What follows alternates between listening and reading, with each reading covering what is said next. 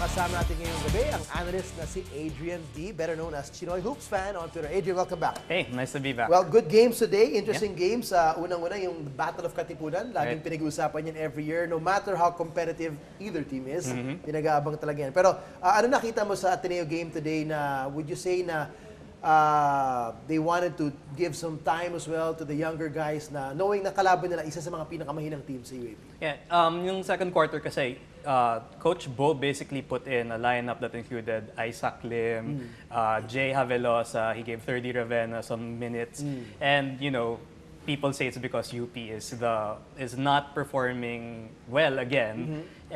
But in this game, UP actually did perform pretty well. Dumikit pa ngayon sa second half, di ba? Nung third quarter kasi, down 8 at the start of the period, UP got within 2 points and then Ateneo countered with a 9-0 run of their own. In the fourth quarter, ganun ulit.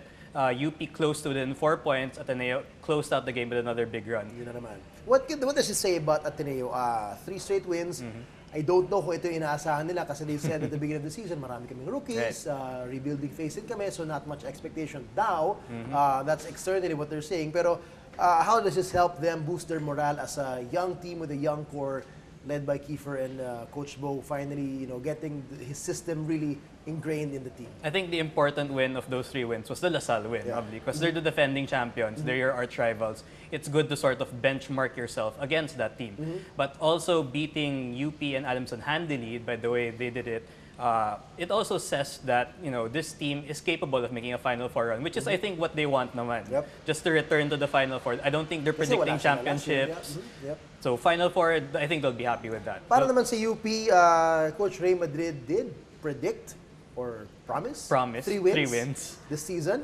We're all presuming the 2 will be coming from Adamson and 1 from somebody else on a bad day. Pero what have you seen from UP so far na pwedeng maka-uplift ng hopes ng UP community for the season? UP needs easy baskets. Normally, they get it through fast breaks. This time, they weren't able to do that because Ateneo has the best fast break defense of the UAP.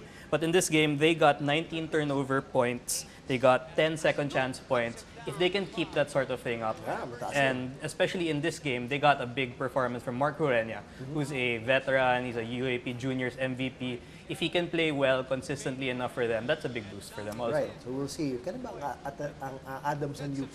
Sure. Pa natin na lang, pero marami nag-aabang yan. Alright, the second game was definitely much more competitive and a lot more interesting because LaSalle started the game 0-2, NU was undefeated 2-0. A lot was on the line for LaSalle. If you are a LaSalleite and you don't want your team to start 0-3, and I'm sure the team didn't want it as well.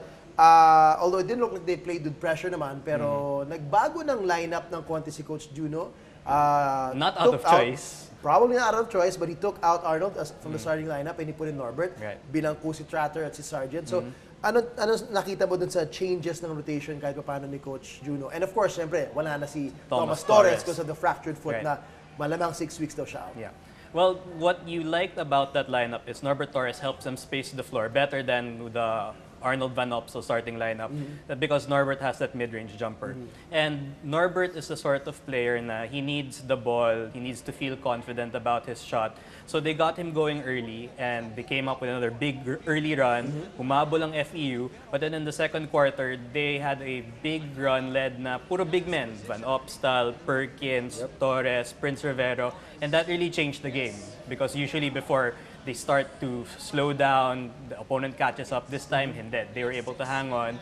Nagpalitan ng lead a bit, but in the end, thanks to Jason Perkins, Do big you shot. think they figured out the zone? The zone of Ateneo hurt them in the Ateneo game. Nag-zone na kanina ang NU, nag-2-3 zone sila. Nung first half, medyo umuobra. Doon sila nakahabol, nakaagaw pa sila. They played the passing lanes well, got some steals.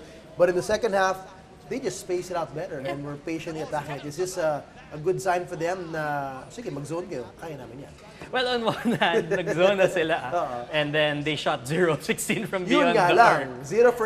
linawin natin, 0 for 16 from 3-point territory ang LaSalle today. In fact, thanks to our stats guy, Pongski, they've shot 0 for 19. 19 straight misses since their last 3 misses against Ateneo. And 19 happens to be the percentage they're shooting as a team this year right now. So clearly, it's bad. Not good. It's a bad idea for them. Alman Vosotros is really struggling from beyond the arc.